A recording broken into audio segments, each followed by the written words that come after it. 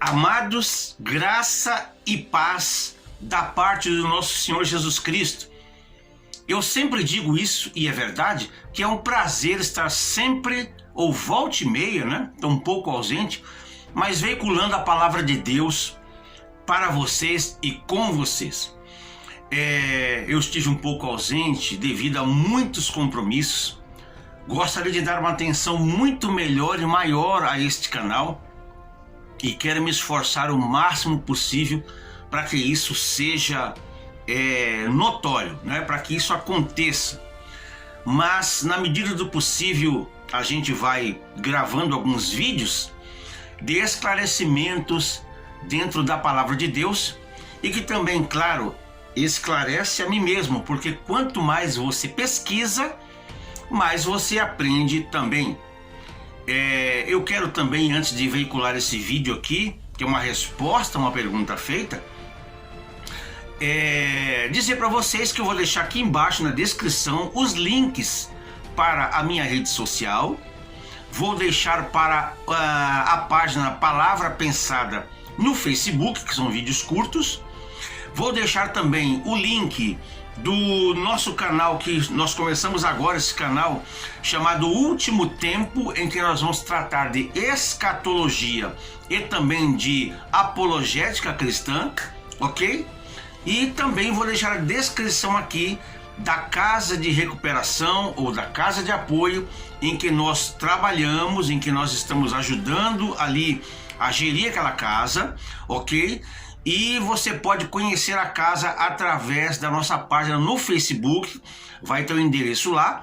E se você sentir no seu coração, nós também recebemos de bom grado a sua doação. E não só isso, recebemos também a sua cooperação, certo? O tema de hoje, gente, eu coloquei até de uma forma meio aqui irreverente, né? Mulheres calem a boca, mas na verdade foi mais para chamar a atenção, porque é um tema que tem despertado ainda hoje muita injustiça em algumas instituições religiosas, de modo que seria muito propício nessa hora nós ventilarmos aqui, dentro das escrituras, a hermenêutica ou a exegese mais próxima da realidade, para que você possa entender, certo? E o versículo que está polemizando, ou trecho, né, escrito por Paulo, está em 1 Coríntios, capítulo de número 14. Vamos ler. Eu vou procurar também deixar as referências aí na tela, aqui no rodapé, para que você possa acompanhar conosco. 1 Coríntios, capítulo 14, versículos 34 a 35. Vamos ver o que está dizendo? As mulheres estejam caladas nas igrejas. Não lhes é permitido falar, mas estejam submissas, como também ordena a lei. Se, porém, querem aprender alguma coisa, interroguem em casa a seus próprios maridos, pois é vergonhoso que as mulheres falem na igreja. Saiu dentre vós a palavra de Deus? Ou veio ela somente a vós? Até aqui, tá bom? Até aqui. Então vejam bem, queridos, eu quero no texto de hoje dar pelo menos aí 3 pontos interpretativos para esse versículo aqui que tem causado polêmica. E inclusive eu quero que isso seja entendido dentro do contexto, né? Então o primeiro ponto aqui é que essa interpretação de 1 de Coríntios, capítulo 14, versículos 34 a 35, eu li até o 36, provou ser mais do que um pouco controversa ao longo dos anos. E a razão para isso se deve em grande parte ao choque, não é, que este texto traz às sensibilidades igualitárias modernas, porque hoje nós estamos vendo uma briga, né, entre aspas, é claro, para que haja igualdade entre os gêneros, para que haja um igualitarismo entre os gêneros. Por exemplo, na questão de salário, porque é que uma mulher numa empresa ela tem a mesma função de um homem, mas ela ganha menos que um homem, não é? Então Paulo escreve esse texto aí que nós acabamos de ler, e aí fica a pergunta: o que é que está acontecendo nestes versículos? Paulo realmente quer dizer que as mulheres nunca devem dizer nada em um culto de adoração? Paulo está falando aí nesse texto que as mulheres devem ficar com esparadrapo, né? Ou com uma mordaça na boca no culto de adoração a Deus? Paulo está dizendo que as mulheres nunca devem dizer nada em um culto de adoração? É assim que algumas pessoas leram esse versículo ao longo dos anos, né? Mas eu acho que é uma leitura incorreta do texto. Por quê? Para começar, gente, isso criaria uma contradição incorrigível com que o próprio apóstolo Paulo, que escreveu esse texto que nós lemos aí, desculpe, irmãos, não é? Ele escreve em 1 Coríntios capítulo 11, versículo 5. Vamos voltar 4 capítulos?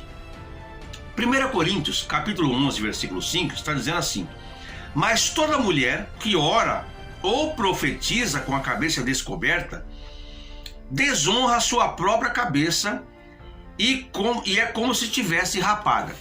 Então veja bem aqui, Paulo está indicando aí no texto que as mulheres estavam orando e profetizando na igreja. Paulo não repreende as suas orações e profecias na igreja. Ao contrário, Paulo está aí dando instruções de como fazer isso, não é? De como fazer isso, inclusive, da maneira correta, né? Ou seja, de uma maneira que permitisse que elas falassem, mas ao mesmo tempo que honrasse a liderança masculina.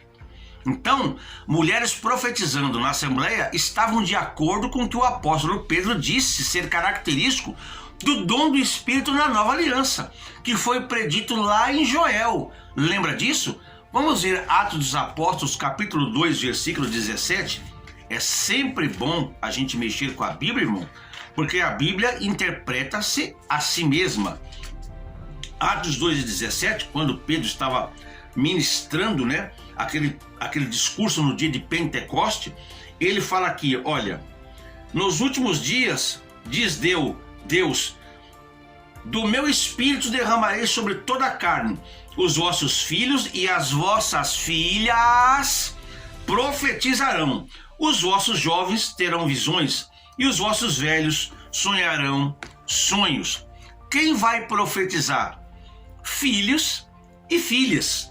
Portanto, se a gente considerar o versículo 34 que nós lemos antes lá, uma proibição absoluta de mulheres falarem em um culto de adoração, então nós estamos adotando uma interpretação que faz o versículo 14 que eu li aqui, não é? O 17 aqui do 1 Coríntios 11, contradizer o versículos 34 e 35 do capítulo 14.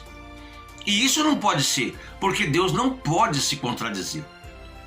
Então, esses que alegam essa contradição aí, levou alguns intérpretes a sugerir que os versículos 34 e 35 do capítulo 14 não foram realmente escritos por Paulo. Eles argumentam que algum escriba deve ter vindo depois de Paulo e colocado esses versículos na carta de Paulo, aquele que fala que as mulheres devem estar caladas na igreja porque não é permitido falar. Só que o único problema com essa visão é que cada manuscrito grego de 1 Coríntios que temos inclui esses versículos. Então, há um punhado de manuscritos nos quais os versículos aparecem depois do versículo 40, de fato. Há aí, sim, não é? Alguns manuscritos que foram encontrados que colocam esses versículos que Paulo falou aqui em 1 Coríntios 14, 34, 35, que as mulheres que perguntam em casa se quiser saber alguma coisa, eles estão no 34, 35, alguns foram encontrados depois do versículo 40, certo? Mas estavam lá. Então, o único problema com essa visão, não é que cada manuscrito, não é, que nós encontramos aí, repito eu, tem esses versículos aqui, né? Então, veja bem, olha o que Paulo disse nos versículos 29 e no 32 do capítulo 14. Vamos ver lá? Nós estamos em Atos, não é? Vamos para Coríntios. Vamos para Coríntios, capítulo 14, versículos de número 29. E falem 2 ou 3 profetas, e os outros julguem. Versículo 32.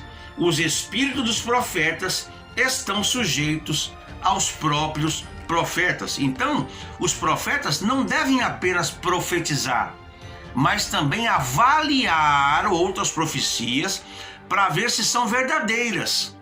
Por quê? Porque os espíritos dos profetas estão sujeitos aos profetas. Um profeta deve se submeter à avaliação de outros profetas. Só que isso criaria um problema potencial para o princípio da liderança. O que acontecerá, por exemplo, não é, se o marido profetizar e a esposa também for profetiza? O marido deve estar sujeito à esposa durante o julgamento das profecias? Os maridos e esposas devem suspender a liderança masculina durante a adoração corporativa, que é aquela que todo mundo está ali num evento congregacional? A resposta de Paulo para essa pergunta é um claro não, não é? Paulo não quer que nada aconteça durante a adoração corporativa, não é?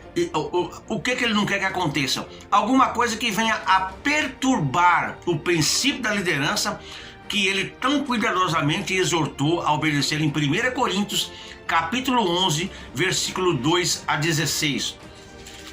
Vamos ver o que está escrito lá em 1 Coríntios, capítulo 11, versículo 2 a 16? Aliás, é uma leitura um pouco extensa. Eu até pediria que você pausasse o vídeo para você entender esse contexto aqui. Mas Paulo está dizendo aqui, né, basicamente, que a mulher, ela deve ser submissa à liderança masculina, inclusive no meio eclesiástico. Não só submissa como esposa, mas também no meio eclesiástico. Então, por essa razão, ele ordena às mulheres, nesse contexto aí, que se abstenham de julgar as profecias. Ele não está ordenando, não é, um silêncio absoluto por parte das mulheres. Na verdade, ele já revelou que elas estão de fato orando e profetizando, como a gente viu lá em 1 Coríntios capítulo 11. Ele, no entanto, ordena que elas se calem sempre que as profecias estiverem sendo julgadas. As mulheres devem fazer isso em deferência à liderança masculina. Então, observe que a explicação no versículo 34 do capítulo 14 indica que a liderança é, de fato, o problema. As mulheres estejam submissas.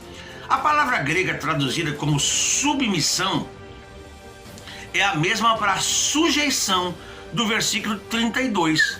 Então a mulher não pode estar sujeita a seu marido enquanto simultaneamente espera que que o marido se submeta ao julgamento dela quando ela estiver profetizando, não é? Então aí, nesse caso, o julgamento da profecia vai equivaler ao ensino que Paulo deu em 1 de Timóteo, capítulo 2, versículo 12. Vamos ver o que está escrito lá? 1 de Timóteo, capítulo 2, versículo 12. Não permito que a mulher ensine, nem que exerça autoridade sobre o marido, mas que esteja em silêncio. Vamos entender aqui de uma forma mais tranquila, mais fácil aqui. Eu vou continuar explicando, você vai entender. Essa introdução parece um pouco complicada, mas veja, Paulo instruiu lá no versículo 35 do capítulo 14: se porém querem aprender alguma coisa, interroguem em casa a seu próprio marido, porque para a mulher é vergonhoso falar na igreja.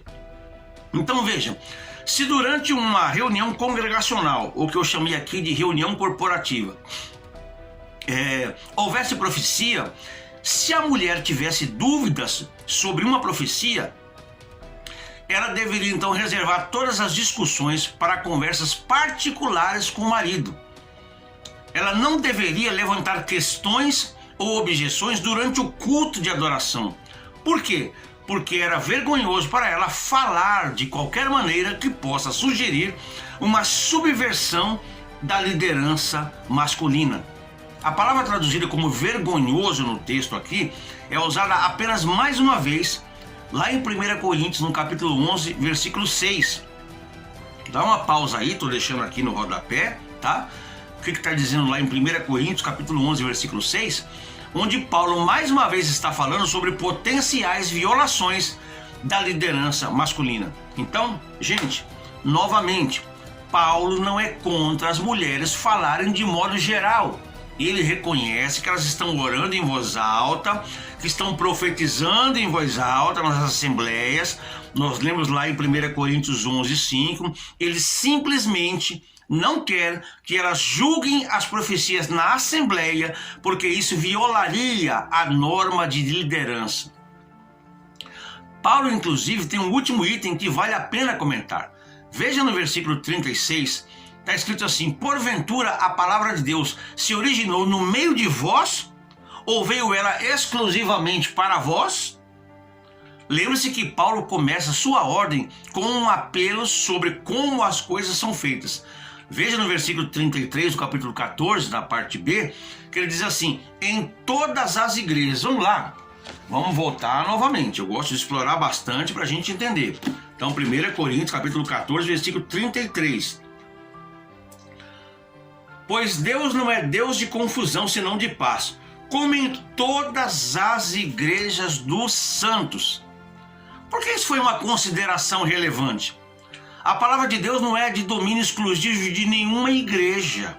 Paulo estava dizendo aqui que a palavra de Deus não é propriedade de nenhuma igreja. Ela não se originou em Corinto, nem foi o último ou único lugar que ela chegou. A palavra de Deus está espalhada pelas igrejas. Os coríntios precisam prestar atenção em como o Espírito de Deus está se movendo e trabalhando em todas as igrejas. Se todas as igrejas estão ouvindo uma coisa do Espírito, mas os coríntios estão praticando outra coisa, então isso é uma boa indicação de que os coríntios são os discrepantes, não os outros. Todo mundo está observando, então, a liderança masculina. Então, o mesmo deve acontecer em Corinto. Então, como Paulo escreve sobre a liderança em 1 Coríntios, capítulo 11, versículo 16, não é? Nós não temos tal costume, disse o Paulo lá, e nem as igrejas de Deus. Paulo, então, deseja enfatizar, não é? Ele está caracterizando que o seu ensino sobre a liderança masculina não é algo que seja bom para algumas pessoas, mas não para outras. Não, isso é uma parte do plano da criação de Deus e é o padrão que deve prevalecer em todas as igrejas. Então, no versículo 36, que eu acabei de ler, confirma que a palavra de Deus não é domínio exclusivo da igreja de Coríntios. A palavra de Deus veio a eles e a todas as outras igrejas. E se isso é verdade, então os coríntios devem estar honrando a liderança masculina, assim como todas as outras igrejas fazem. Então, gente, o ensino da Bíblia, ele não pode ser controverso, né? Aliás, ele até pode ser controverso. Ele pode ser controverso, mas ele não pode ser contraditório. Paulo não proíbe as mulheres de orar e profetizar na assembleia. Estou repetindo aqui novamente. Pelo contrário, ele deseja que elas façam, não é? Estou repetindo tudo de novo, mas de uma forma que honre a liderança masculina. Agora, esse foi o primeiro ponto que eu pude observar. Agora, qual é o segundo ponto? É provável também que Paulo estava falando sobre conversas e perguntas que estavam atrapalhando o culto. O contexto da passagem enfatiza a importância da ordem e da paz na igreja.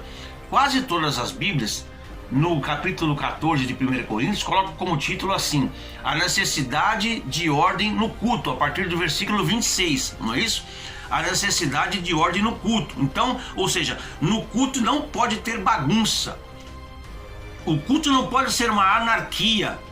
Então não deve haver muitas pessoas falando e profetizando ao mesmo tempo, porque isso é caótico, não edifica a igreja. As pessoas precisam ter domínio próprio e sabendo ficar caladas, certo? Agora, a igreja de Corinto, é importante a gente citar essa característica aí, ela era composta de conversos de origem judaica e grega. Está lá em Atos, capítulo 8, versículos 1 e 4. Então havia lá pessoas judaicas e gregas.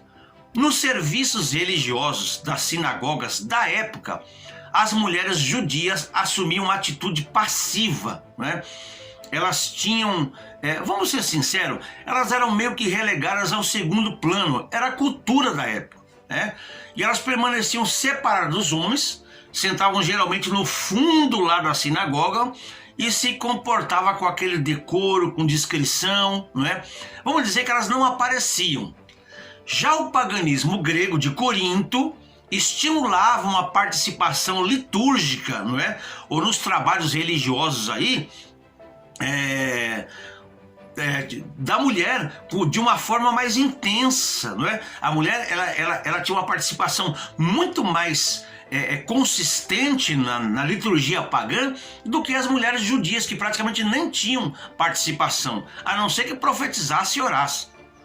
Então veja que a gente vai encontrar, por exemplo, naquela cidade aproximadamente aí 1.000 prostitutas cultuais. Havia um templo que era o templo de Afrodite, que era a deusa do amor, lá na acrópole daquela cidade, e havia lá 1.000 prostitutas cultuais, não é? Que também eram profetisas. E aí o conselho de Paulo em 1 Coríntios 14, 34 e 35 pode ter sido motivado também pela manifestação daquela mania, porque muitas daquelas mulheres acabaram se convertendo. Muitas daquelas mulheres acabaram vindo para Cristo e elas vinham com aquele comportamento de impetuosidade de falar, não é? Participar das reuniões, e vinham com aqueles resquícios daquela cultura, daquele costume, né, litúrgica que tinham lá no templo de Afrodite, e elas queriam, como crentes agora, falar, participar, se expor, não é? Tomar a iniciativa de parlamentar.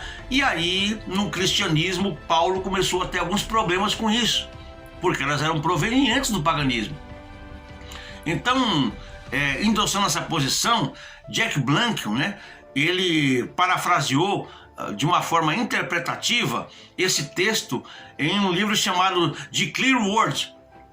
Abro aspas aqui, ele disse: como em nossas sinagogas, as mulheres que frequentam a igreja não deveriam falar em voz alta e comportar-se de maneira repreensível, como fazem nos templos pagãos, mas permanecer em silêncio e prestar atenção como a lei ordena, de modo a não oferecer aos crentes judeus, não é, algum escândalo. Então, se as mulheres não conseguissem entender alguma coisa que estava sendo ensinada, elas deveriam interromper, ou seja, elas não deveriam interromper o pregador, mas esperar chegar até em casa para perguntar aos seus maridos aquilo que elas não tinham entendido. Fecho aspas aqui. O terceiro ponto, gente, a gente não vai descartar a possibilidade de que Paulo, no texto em discussão aqui que nós lemos, estivesse também restringindo o ensino religioso público às pessoas do sexo masculino, tá? Paulo, a gente não, de repente, Paulo estava, sim, querendo que a parte de ensinamento fosse restrita apenas ao sexo masculino, né? Mesmo que Paulo tenha sancionado o direito da mulher orar e profetizar, como nós vimos em 1 Coríntios, capítulo 11, versículo 5, Paulo era incisivo em não permitir que a mulher ensinasse publicamente, tá? Ela podia orar, ela podia profetizar, ser boca de Deus, mas na hora de instrução, na hora de ensinar, não descarta-se essa possibilidade. Paulo estava dizendo, esse negócio aí é para os homens, né? Por isso que ele disse, a mulher aprenda em silêncio com toda a submissão, e não permito, disse o Paulo, que a mulher ensine, nem exerça autoridade de homem, esteja, porém, em silêncio. Tem lá uma passagem em 1 Timóteo também, capítulo de número 2, versículo 11, vamos ver o que está escrito. Olha só, a mulher aprende em silêncio com toda a submissão, Versículo 12: não permito que a mulher ensine, nem que exerça autoridade sobre o marido, mas que esteja em silêncio. E também nós temos Efésios, capítulo de número 5, versículos 22 e 24. Vamos ver o que está escrito lá. Efésios, capítulo 5, 22 e 24. Vós, mulheres, submetei-vos a vossos maridos como ao Senhor. Versículo 24. De sorte que assim como a igreja está sujeita a Cristo, assim também as mulheres o sejam em tudo a seus maridos. Então essa atitude do apóstolo de aparente discriminação da mulher tem sido entendida por muitos comentaristas como uma manifestação de respeito para com a cultura religiosa judaica da época. Porque, gente, quando a gente vê um escrito bíblico, não é, ou uma posição de algum personagem bíblico, aqui no Novo Testamento, então, falamos aí dos apóstolos, nós precisamos entender a cultura da época, como era enxergada pelos olhos deles, pela ótica deles, a cultura da época, e em cima delas é que eles escreviam. Se a gente pegar muitos dos elementos, dos costumes, da cultura da época e querer medir pela nossa régua, nós estamos cometendo uma situação que na história chama-se de anacronismo, porque nós estamos separados deles no espaço e no tempo, né? Então era a cultura judaica isso. Então veja que mesmo sem que o exercício das funções ministeriais não eram permitidas às mulheres, mas elas participavam ativamente dos cultos. Então veja que a gente vai concluir que se lermos a Bíblia e desejarmos aplicar a sua doutrina, temos que observar também o contexto cultural da época, como era a mente de quem escreveu, como eles observavam as coisas e como era a liturgia do culto local, como era o costume do culto local. Então, vou dizer novamente, nós estamos separados no espaço e no tempo, né? Então, algumas passagens nós temos que ter cuidado em querer aplicar a doutrina bíblica ao pé da letra. Agora, gente, por causa desse contexto bíblico aqui, mal interpretado, é que muitas aberrações andam acontecendo por aí. Eu já vi acontecer, tá? Eu já fui a igrejas em que as mulheres não podem subir ao púlpito.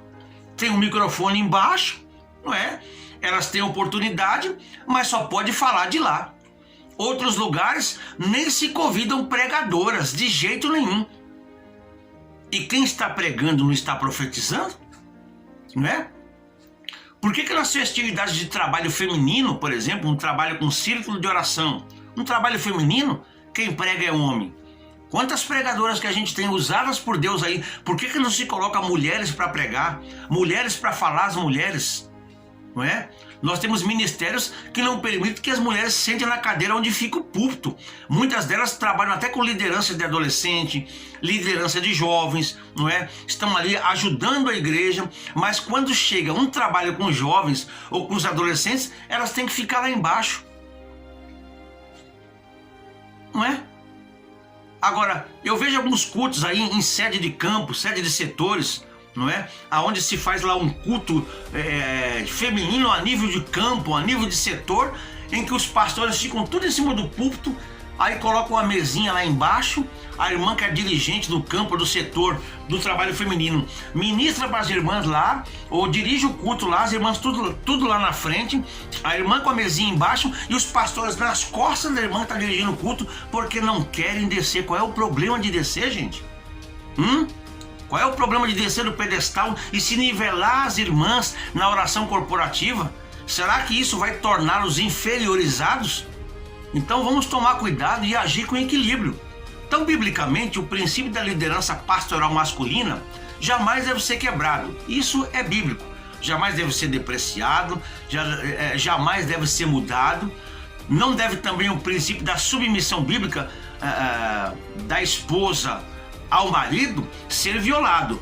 não é? O marido continua sendo a cabeça. Agora, da mesma forma, jamais se deve impedir que a mulher seja subestimada como instrumento divino e cerceada da sua participação no ambiente litúrgico. Gente, eu quero gravar um vídeo mais pra frente aí sobre a história de Frida Wingren. Massacraram aquela mulher. Ela que escreveu tantos hinos da harpa cristã, massacraram por puro machismo da época, não é? Mas esse é assunto para outro vídeo. Mas esse espírito ainda machista se encontra, infelizmente, na cabeça e no coração de muito líder. Portanto, eu acredito que esse vídeo ele pode esclarecer muitas dúvidas, não é? Especialmente por parte de muitas mulheres que nunca ou pouca oportunidade tiveram ou ainda têm tido por conta de líderes que pegaram o versículo de Coríntios ao pé da letra, não é?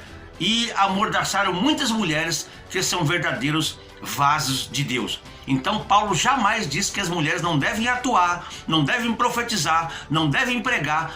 Paulo está colocando aqui apenas que deve ser relevante o princípio da liderança masculina, mas também, repito, devemos levar em consideração o contexto litúrgico da época e o contexto cultural da época. Agora, não podemos pegar isso, não é? E amordaçar as mulheres e discriminá-las no ambiente congregacional. Tá bom, gente? Então, espero ter esclarecido aí algumas dúvidas. Espero que vocês tenham gostado do vídeo.